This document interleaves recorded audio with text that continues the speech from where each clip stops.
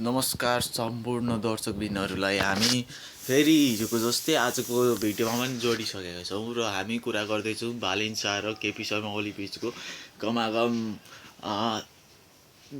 मेलमिलापबारे भन्नाले उनीहरूले के भएको छ भनेदेखि आजको समाचार भने भालिन्सा झापा जिल्लाबाट चुनाव लड्छु भनेको थिएँ त्यो चाहिँ अब नहुने भएर भालिन्सा चाहिँ अब काठमाडौँ क्षेत्र नम्बर 3बाट नै चुनावमा लड्ने भएका छन् भने केपी ओली क्षेत्र नम्बर 2बाट चुनावमा लड्ने भएका छन् र यो हुँदाखेरि अब चाहिँ प्रधानमन्त्री को बन्ला भन्ने छ क्या।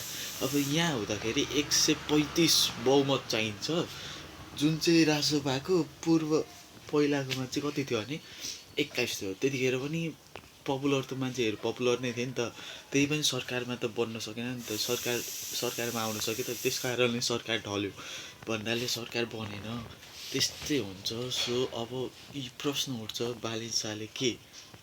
भालिन्सा के साँच्चीकै कि प्रधानमन्त्री बन्लान् त कि केपी शर्मा ओली बन्लान्, किनभने एमालेको क्षेत्रहरू धेरै छन्, रासोपाको त्यति छैन। रासोपाको भन्नाले पपुलरहरू धेरै छैनन्, मान्छेहरू होलान् तर पपुलर मान्छेहरू छैनन्, त्यस कारणले कसले जित्ला त भन्ने कुरा छ। ल यदि कसले जित्ला भन्ने तपाईँहरूलाई थाहा छ भनेदेखि कमेन्टमा लेखिदिनु होला र यो भिडियोलाई एक लाइक अवश्य हानिदिनु होला यदि तपाईँहरू रासोपाको फ्यान हो भने।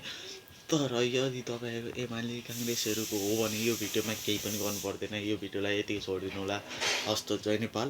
हामी हाम्रो देश निरन्तर रूपमा बनाउनेछौँ र बनाउँदै आएका पनि थियौँ र बिचमा केही बिग्रियो होला, त्रुटि भयो होला, त्यसलाई छोडेर अब हामी हाम्रो देश बनाउनुपर्छ भन्नेले यो भिडियोमा एक लाइक अवश्य हानिदिनु होला। हस्त धन्यवाद।